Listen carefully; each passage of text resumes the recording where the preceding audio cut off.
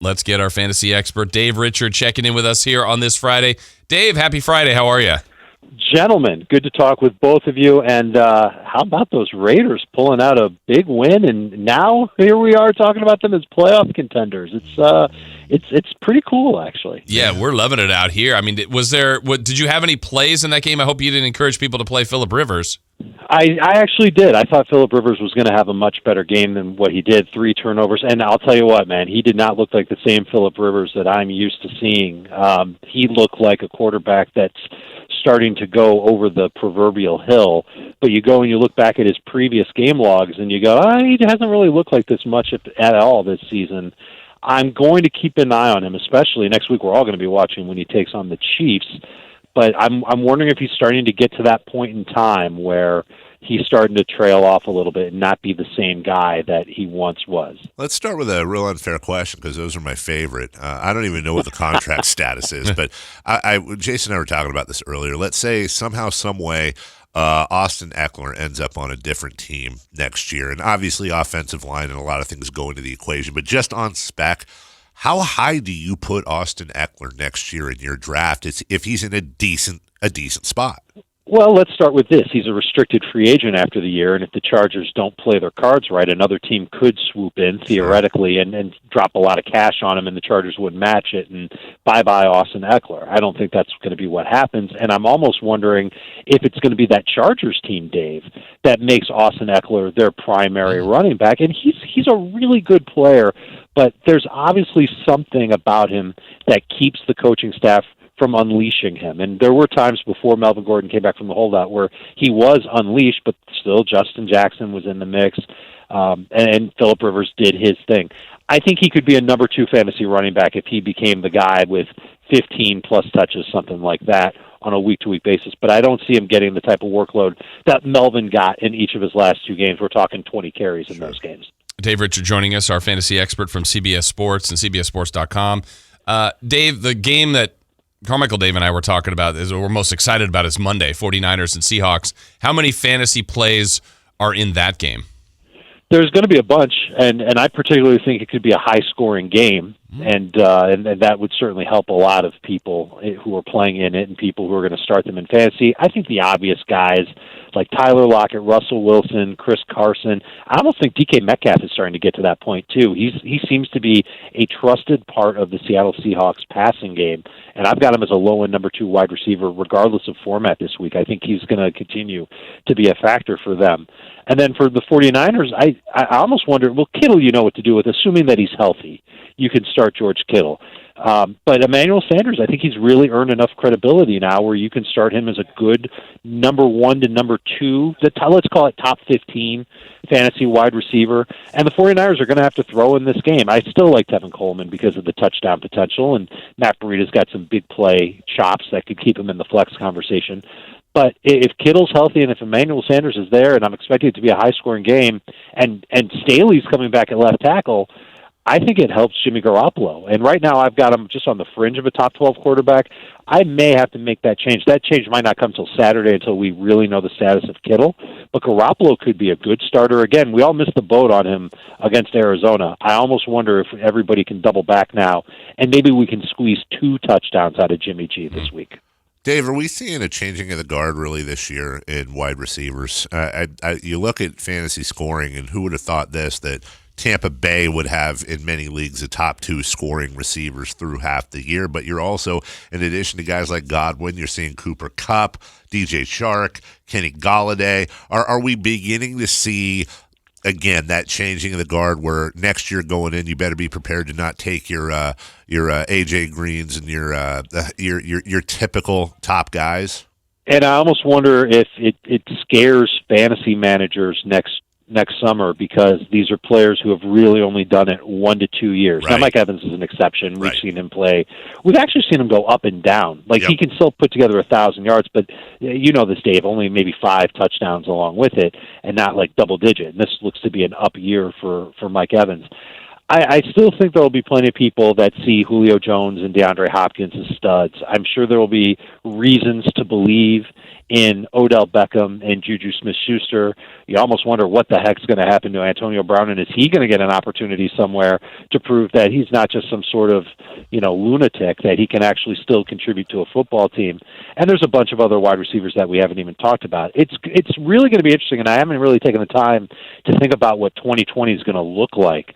But I think the more receivers that end up finishing this season strong, combined with the number of receivers who fantasy managers know that didn't quite have a big year, it's going to saturate that position a little bit. And it's going to make people go right back to where we were in 2005 and 2006, Dave. And that's taking running backs nonstop in the first round and probably into the second round. All right, let's get some questions here for Dave Richard on the phone line as well. Chester, what's your question for Dave? Yeah, so do I need to start Patrick Mahomes or Kirk Cousins, or do I go to the waiver wire and pick up Brissett and Daniel Jones because of who they play? I mean, you could have stopped right after you said Mahomes. It looks like he's going to play. The matchup against Tennessee shouldn't scare you one bit. I'm scared of Kirk Cousins this week, actually, going up against the Cowboys. Prime time, that's a winning team, that's a good defense, and he doesn't have Adam Thielen. I don't see a way for Kirk Cousins to outproduce Patrick Mahomes at all. I think Mahomes has a great safe floor of, call it 23 fantasy points, and a ceiling of, I'm going to try and be cautious and conservative here, 285 fantasy points. That's the ceiling. Right. Yeah, he puts up a lot. He's pretty good. Now, I'm going to be selfish here, but I think a lot of people have the same question. I've had a ticking clock in the back of my head all year because two of my three running backs, including the flex I drafted this year, were Austin Eckler, who we already talked about, but that was with Melvin Gordon coming back. And the other is Nick Chubb. And we're going to see Kareem Hunt back in the mix this week. If you're a Chubb owner, how much worry do you have about Kareem Hunt, and when do you really start worrying about Kareem Hunt? I'm going to start really worrying about Kareem if he gets a really big workload in the game against Buffalo. And I'm talking beyond expectations, more than Nick Chubb. That would be concerning. But what I think we'll see, at least for this week, is that the Browns, they just want to win a game, right? Because they've just been so embattled, and Baker Mayfield is just struggling so much. Now, not only do you have a great running back in Chubb, but Hunt's coming back, and he's got fresh legs, and he seems to be in game shape. He's been practicing with the team for the past couple of weeks, and it's a great matchup against the Bills' run defense that's frankly fallen off the last couple of weeks. Adrian Peterson had over 100 yards against them, and you saw the Eagles run roughshod over them 2 weeks ago, and they're on the road. So I think this is a good spot for the Browns to lean on both of these guys.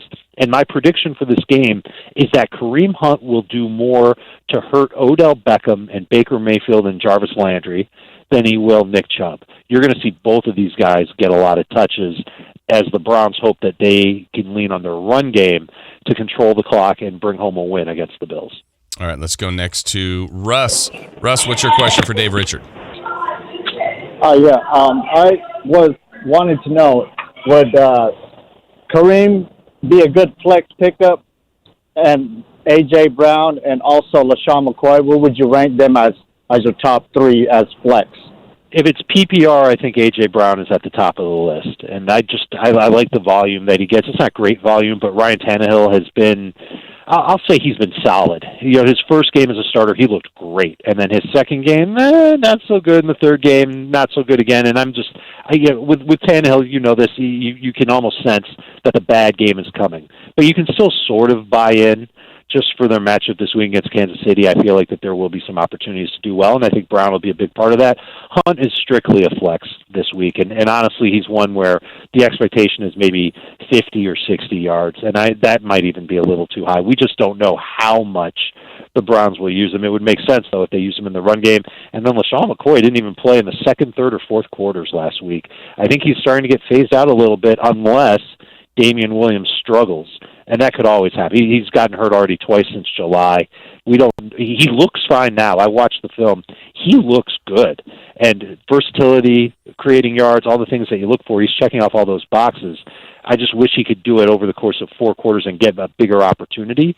And until that happens, I think LaShawn McCoy is no better than a guy you count on for maybe 30 or 40 yards. Dave Richard with CBS Sports. We just talked about wide receivers and them taking over. And I know this isn't entirely fair, the new ones taking over. This isn't fair because injuries were involved. But I'm going to read some running backs, Dave, and they all have something in common. Kerryon Johnson, Alvin Kamara, Marlon Mack, David Johnson, Devontae Freeman, Saquon Barkley, Le'Veon Bell, Leonard Fournette. None of those top 10 in scoring in PPR leagues. And I don't know if there's any way you could see something like that coming. Are there any lessons that people could learn from this year, again, taking it into the draft next year? I think the number one thing would certainly be following target share and what that means for a running back. And also, we're halfway through the NFL season. I know we're past the halfway point of the fantasy season, but through the NFL season, I know a lot of those guys, I mean, some of those names you mentioned, I can't help but think that they're eventually going to be there in the top 10. Sure. And in the case of Saquon Barkley, he got hurt. In fact, in case of a lot of the guys you said, Kamara was on that list, they missed time. So availability is still the best ability when it comes to running backs in fantasy football and in the NFL. Tough to expect a running back to keep it up for 16 games in this day and age, but I still believe that when they are out there, in the case of Saquon and Kamara's coming back this week, you start them with confidence, and you expect them to give you good numbers most of the time. You'll never know when they won't be able to do it. You just start them, and you take your lumps when they come. But I think it also does suggest that having running back depth is a real important thing. And if you don't have it for when the stud running back gets hurt, you're going to be in trouble. Your fantasy team's going to suffer. I've got one team. I'm loaded at starting running back. I've got Derrick Henry and I've got Chris Carson. It's a 12-team league, non-PPR. I feel good about those guys. My next best running back, I think, is Malcolm Brown. So I'm in trouble in this league. I traded away a lot of my running back depth to get stud receivers. And now I'm in trouble if one of those guys gets hurt, and their bye weeks are coming up.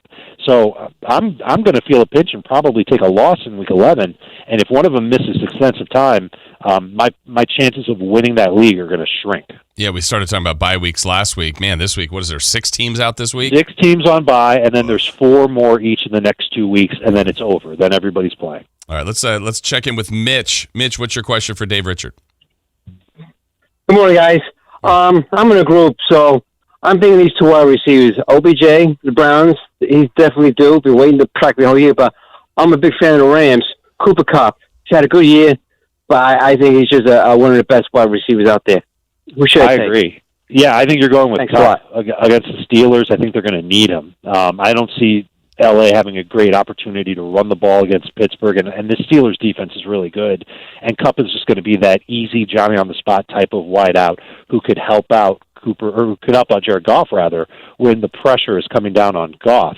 So I think that's the way to go. And Odell just has a miserable matchup. You take the thoughts that I already told you about the Browns and how I think they'll run the ball more this week. Odell's facing a Bills defense. They've only allowed 2 touchdowns to receivers all year. They haven't allowed a 100-yard receiver all year. Odell's made like 4 good plays through the first 9 weeks of the NFL season. And this just seems like a great week to get away from Odell Beckham. I know he's due. I'm going to tell you when he's going to get through. Week 12. You can go see who the Browns are playing, and you'll understand why I said Week 12. Dave Richard with us. I'm going to be selfish again here because I'm at the dreaded 6-loss mark in one of my leagues. Yeah, that's trouble. This is a goofy-ass team I have, Dave. So I've got Aaron Rodgers, I've got Cooper Kupp, and I have George Kittle. So those are fine.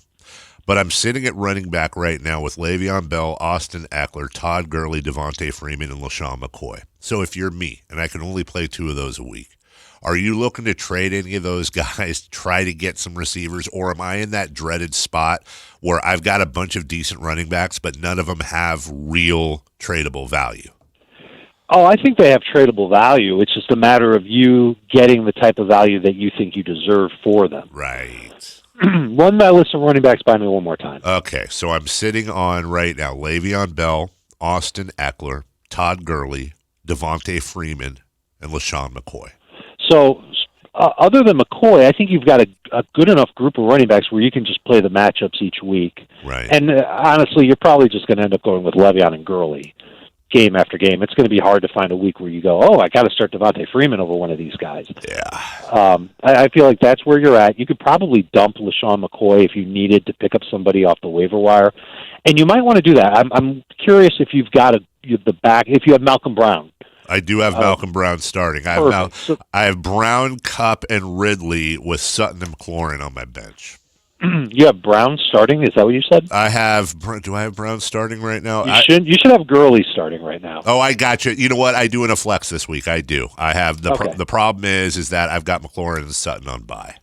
Okay, so you're just stuck, and you're going to need to start somebody that you don't want to start as a flex. So in that type of a situation, you move on from McCoy, and you find a receiver off the waiver wire. And there's always going to be a receiver that you can look at and go, okay, I can see a way this guy can score, or I can see a way where this guy gets me 80 or 90 yards.